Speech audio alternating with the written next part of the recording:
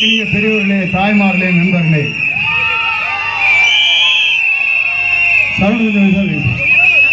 உங்கள் அத்தனை பேருக்கும் கோடான கோடி நன்றி வணக்கங்கள் பாதங்களுக்கு தெரிவித்துக் கொள்கிறேன். நாளை நடைபெறுகிற தேர்தல் தமிழக வெற்றி கழகத்தின் தலைவர் அவர்தான் தமிழ்நாட்டில் நிரந்தர முதலமைச்சர் என்ற வரலாறு. நிறைய பேர் கணக்கு போட தெரியல, ஏன்னா நாடு நடக்கிற நிலையே தெரியல. தீய சக்தி திராவிட முன்னேற்ற கழகத்தை வெளியேற்றுவதற்கு ஒரே சக்திதான் ஊழல் ஆட்சியை அகற்றுவதற்கு ஒரே சக்திதான் நம்முடைய தமிழக வெற்றி கழகம். குடும்பாட்சிக்கு முற்றுகை கொண்டு வைப்பெற தலைவர் நம்முடைய வெற்றி தலைவர் இதுதான். ஏதெல்லாம் சொல்றேன்னு சொன்னா நம்ம தலைவர் விட்டா யாரும் கிடையாது தமிழ்நாட்டில்.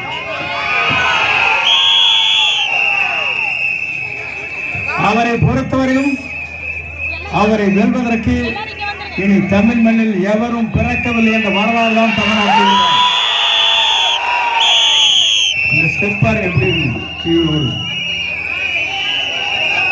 ஆகவேதான் எங்கள் மக்கள் அவ்வளவு கூடியிருக்கிறார். இந்த கூட்டத்தை கூடனா என்டிஏ கூட்டணி இருந்தாலே திமுக இருந்தாலும் 1 கோடி ரூபாய் செலவு பண்ணணும். 1 கோடி செலவு பண்ணாலும் 1 ரூபாய் கூட செலவு செய்யாமல் கூடிய கூட்டம் நம்முடைய தமிழக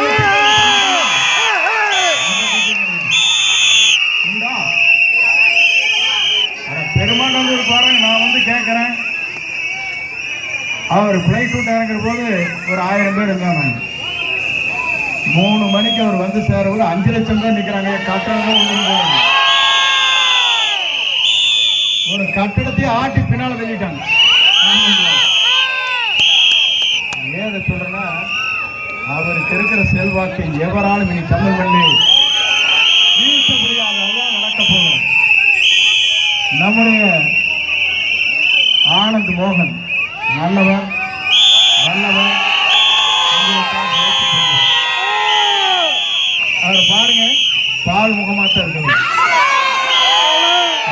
அப்பா இருந்தாங்க, அப்படி இருக்காரு. இப்போதான் களம் காணுகிறார். ஏனால் உங்களுக்காக உழைப்பார், உங்களுக்காக இருப்பார், உங்களுடைய அத்தனை பேரும் அரசு உயர்த்தி உட்கார வைப்பார். இது சத்தியம். நான் ஏன் சொல்றேன்னா, தலைமை சொன்னாரு, வீடற்ற அத்தனை பேருக்கும் வீடு கட்டி தருவேன் சொன்னவர்கள் தலைமை. 2 சக்கர வாகனம் இல்ல அத்தனை பேருக்கும் 2 சக்கர வாகனம் வழங்குவேன் சொன்னது நம்ம தலைவர். குடும்ப பெண்ணுக்கு 2000 ரூபாய் 6 சிலிண்டர் வாங்குவேன் சொன்னது நம்முடைய தலைவர். 10 லட்சம் பெண்கள் திருமணம் செய்கிற போது 1 பவன் பட்டுப்புடவை வழங்குவேன் என்று சொன்ன தலைவர். ஆண்டிற்கு எல்லா பெண்களும் பேருந்திலே எங்கு வேண்டுமானாலும் பயணம் செய்யலாம் என்று சொன்ன தலைவர்.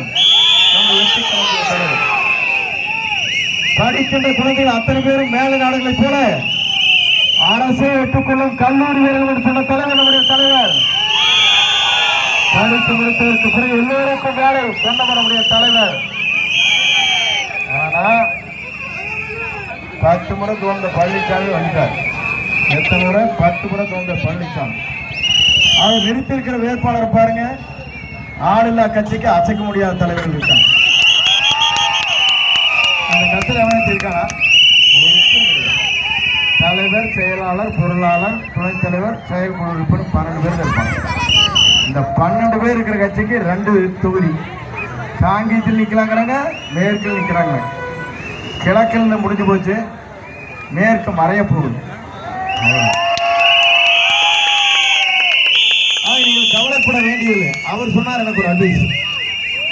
செங்கோட்டையும் போய் எதுக்காக வந்து டிவி சேனல் ஜாயின் பண்ணாரு, ஓய்வு எடுத்திருக்கலாமேன்னு கேட்டேன். எனக்கு தெரியாத ஓய்வு எடுக்கிறதுக்கு. ஏப்பா, துள்ளி விளையாடுற வயசு ஓய்வு. நான் கேட்குறேன், நான் நடந்து போறேன், நீ ஒடியாந்து பாரு. நான் நடந்தா நீ கூட ஒடியாடணும். எனக்கு வயசு கூட சேர்ந்ததுக்கப்புறம் 20 வயசு குறைஞ்சே போச்சு. ஏன்னா மன நிம்மதியெல்லாம் இருந்தாங்க.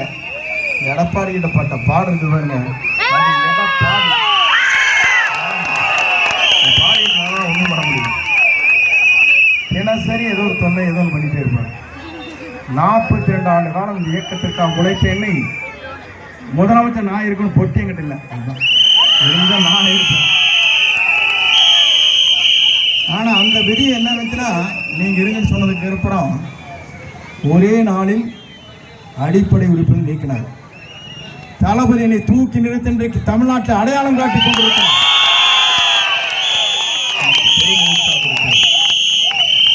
எடப்பாடி எப்படி பதவி வாங்கினான்னு சொன்னா, நேற்று சசிகலா அங்கே போய் பேசுறாங்க எடப்பாடியில். நன்றியை பற்றி பேசுவதற்கு எடப்பாடிக்கு தகுதி இருக்கிறதா, அதுவும் கோபிச்செட்டிப்பாளையத்தில்னு சொன்னாங்க. ஏன் சொன்னா, எல்லாரும் சொல்லிட்டாங்க, சரி அம்மா கட்சி உடஞ்சிட வேண்டாங்க, பரவாயில்ல எங்கிட்ட 72 எம்எல்ஏக்கள் இருக்காங்க, நான் தனிச்சேன்னா அவர் தனிச்சேன்னா வேணா போயிருங்க, வேணா போயிரு, போட்டு போட்டு ஃப்ரீயா விடுங்க. நம்ம மக்கள் ஓட்டு போடுற மக்கள் தான் போயிட்டு இருக்காங்கப்பா, ஃப்ரீயா விடுங்க. ஏன்னா அப்போ பார்த்தா அந்த அம்மா கூப்பிட்டாங்க, என்னை கேட்டாங்க, பேசினாங்க, இல்லையா அவருக்கே கொடுத்தலாமா, ஒன்றும் தப்பு இல்லைங்க.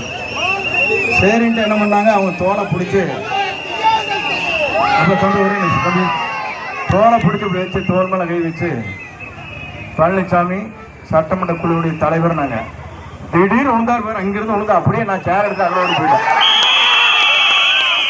இங்கே மலப்பா பெங்கட சொத்தூர் இங்கே வந்தது, நான் ரிசார்ட்ல கலவரத்தில் வந்துருக்கேன், நான் பயந்து எந்திரிச்சு ஓடி அந்த பக்கம் நின்ட்டேன். அப்படியே இப்படி நெளிஞ்சு கிழிஞ்சு வந்து காலை பிடிச்சி விடவே இல்லை. பழனிசாமி கொஞ்சம் எந்திரிங்க, பழனிசாமி எந்திரிக்கிறாங்க, எந்திரிக்கவே மாட்டேங்கிறாங்க. அவருக்கு ஒரு பெரிய உழுந்தா எந்திரிக்க முடியாது, அவருக்கு ஒரு ஆள் கையை பிடிச்சி தூக்கணும். அவர் சொல்றாரு, என்னென்னமோ சொல்லிட்டு போயிட்டாரு கோபி, கவலைப்படுங்க. நான் ஏன்னா நல்லவர் சொல்லியிருந்தா வருத்தப்படுவேன், துரோகி சொல்றதை பத்தி கவலைப்பட வேண்டியதில்லை. எல்லாருக்கும் நோபல் பரிசு கொடுப்பாங்க, சாதனையாளருக்கலாம். துரோகத்துக்கு நோபல் பரிசு கொடுத்தோம் பழனிசாமி தவிர யாரும் கொடுக்க முடியாது.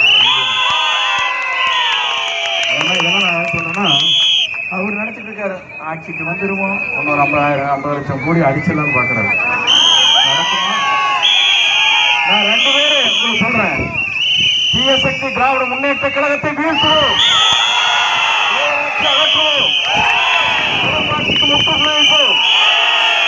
தமிழகத்தை ஆளப்போம், தமிழக வெற்றி கழக தலைவர் தலைவர்.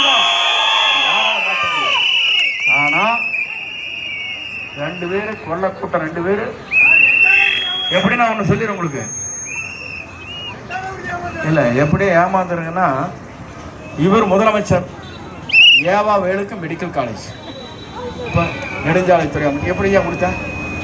நீ உண்மையான லட்சியவாதியா இருந்தா அண்ணா திமுக அம்மாவால் கைது செய்யப்பட்ட அம்மாவுக்கு வந்து தண்டனை கொடுத்த அந்த திமுக காரனை கொடுக்கலாமா நான் கேட்கிறேன்? கொடுத்தீங்க. இப்ப என்னாச்சுன்னா, ஸ்டாலின் அந்தியூர்ல இருங்க, அந்தியூர்ல இருந்து அம்மாப்பேட்டை போற வழி நீ பார்த்து 2000 கோடியில எத்தனால் ஃபேக்டரி இவருக்கு கொடுக்குறாங்க. ராத்திரிக்கு 2 பேர் ரகசியம், காத்தால் எந்திரிச்சா சண்டை காட்டுற மாதிரி காட்டுறது. நான் ஏன்னா ஆட்சியில் அமைச்சாச்சப்பா, ஒன்னும் அமைக்கிறது. எப்ப தலைவர் வேட்புமனு தாக்கல் பண்ணாலும் அன்னைக்கே முடிஞ்சு போச்சு ஆட்சி. நம்மளுதான் எல்லாருக்கும் கோவிந்தா தான்.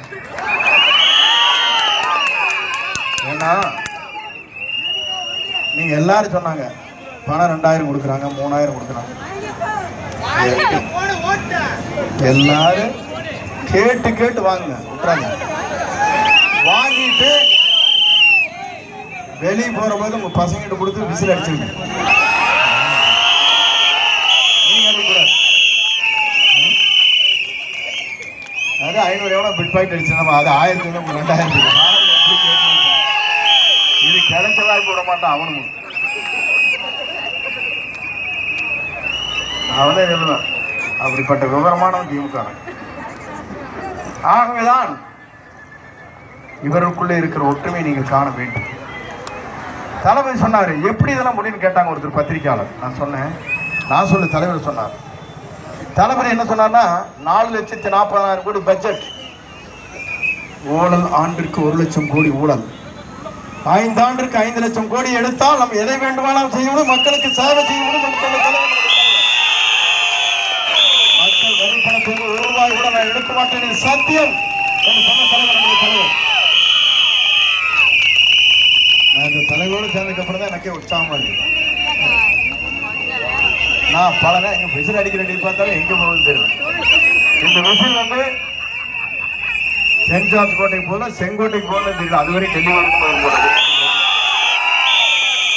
டெல்லிக்காரே மிரண்டு போய் கிடக்குறேன். இப்படி ஒரு தலைவன் எங்கேயா வந்தா எங்கேயா கண்டுபிடிச்சு இத்தனை மக்கள் பின்னால் நிற்கிறாரு. நம்மளுக்கு ஒண்ணுமே விவரம் தெரியாது போச்சே. நேற்று வந்தாங்க, மோடி வந்தாங்க, அமித்ஷா வந்தாங்க. வர்றதுக்கு 500 ரூபாய், உட்கார வைக்கிறதுக்கு 500 ரூபாய், கை ஆட்டுறதுக்கு ஒரு 500 ரூபாய், 1000 கொடுத்தா உட்காரோம். நாம ஜப்பான் பொம்மை கொண்டு வந்து இப்படி ஆடும்ல, அப்புறம் ஏறுற போது நாங்க விசில் தான் கொண்டு வந்து விசில் ஊதிட்டே போயிட்டு இருக்கிறோம். இதையும் கூட நம்ம புரிஞ்சுக்க முடியாத ஒன்ன வந்து களத்திலிருந்து விளையாடுறாங்க. இது எப்படி நாங்க சொல்லுவாங்க, பசுமை புரட்சி, வெள்ளை புரட்சி, இனப்புரட்சி, சோசியலிச புரட்சின்னு தான் சொல்லியிருக்காங்க, கேள்விப்பட்டிருக்கிறேன். ஆனால் 2026 தமிழக வெற்றி கழக தலைவர் விஜய் தான் புரட்சி.